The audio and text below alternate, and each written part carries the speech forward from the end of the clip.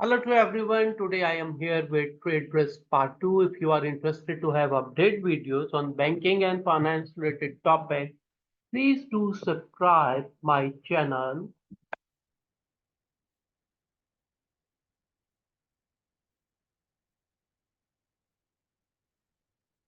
In this section, we are going to discuss about the legal risk, critical and country risk, credit and settlement risk, market risk, and operational risk. It's the continuation of the previous video where we have discussed already two types of the risk that include the product risk and culture and ethical risk. Here, legal risk operating under the law that differs from your country law can pose some risk for you. Follow these steps in each overseas market. Take out the product liability insurance and make sure you are covered for your target market. You can search online for product liability information in your target market. Find out how long it takes to grant trademark, patent, and have a plan in place to register these early. Reduce the risk of something copying the design of your product by registering your design. It's very important. Register your trademark, including brand, slogan, logo smells, color, and sound. So these are the initial measures that you will have to take, and other legal matters should also be considered before entering to any other country's territory.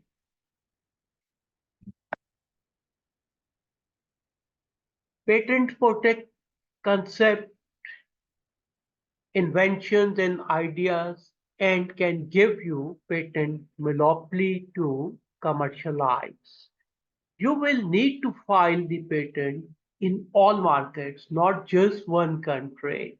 The Intellectual Property Office has more information about the overseas protection. So you will have to review in detail about these all matters from the Intellectual Property Office. Here, critical and country risk. Critical or country risk are somewhere interchangeable words. Are things like non-tariff barriers to the trade, sanctions, central bank exchange control regulations, or goods that are prohibited in some countries, for example, protect from threatened animal species. You should be aware either you can take your money back to your country and how much part of the money you can take back to your country, you should know about that. Sometimes some country or the central banks impose the sanction on such type of the transaction. Something like sanctions will be out of your control. Other, you will be able to overcome if you are prepared. If you are exporting, the Ministry of the Primary Industries or the relevant authorities of that country may need to verify that your goods meet the requirements of the country you are exporting to and on the issue export and export certificate.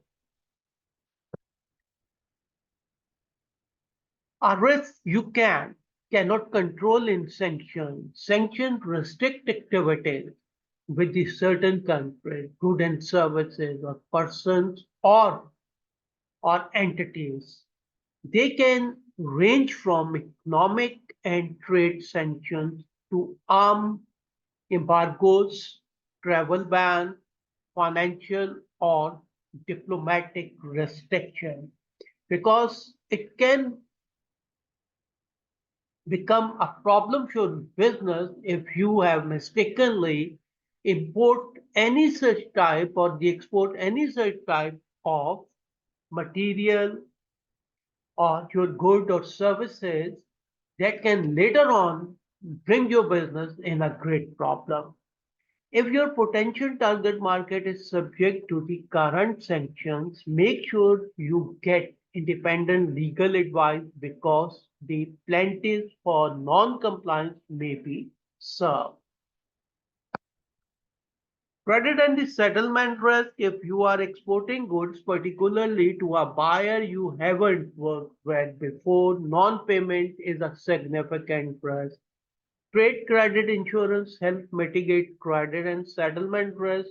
Documentary letter of credit is a guarantee from your buyer's bank that payment will be made on presentation of compliant shipping document at the agreed maturity date.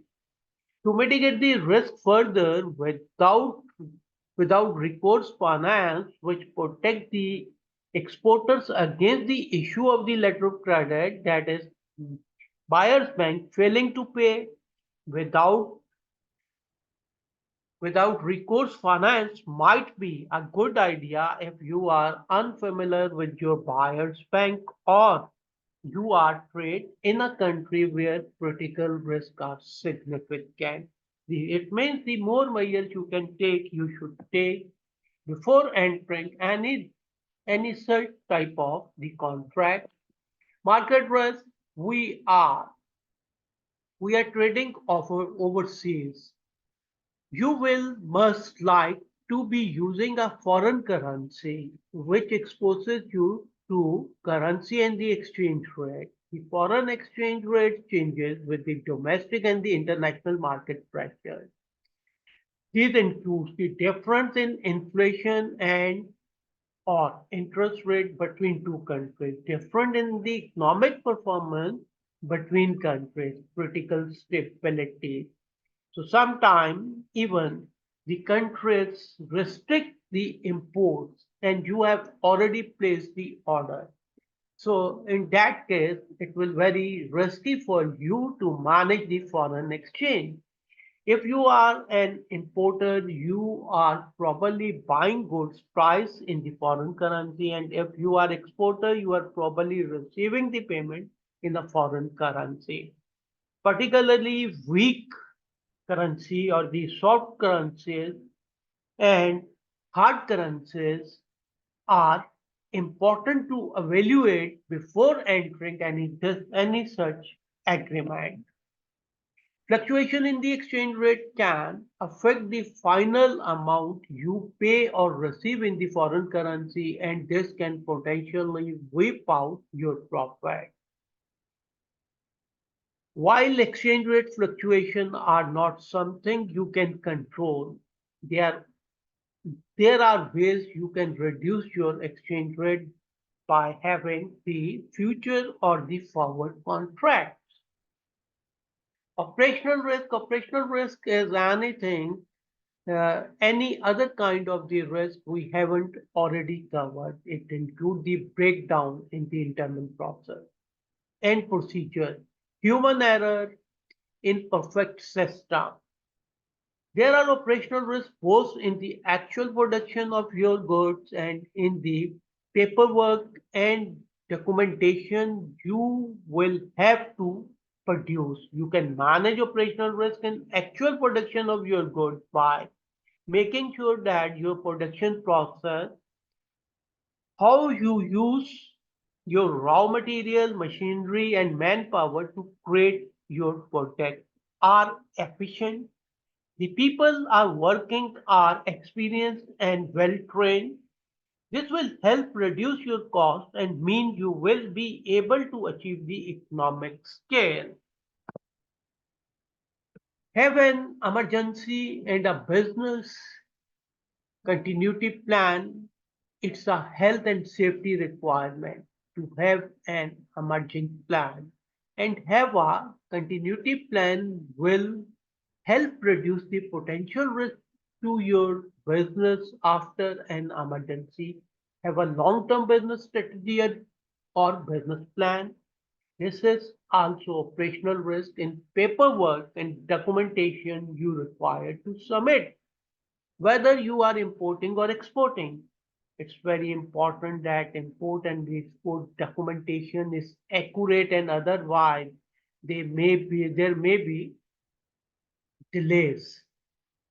So these are the factors that you should keep in your mind before entering any such agreement.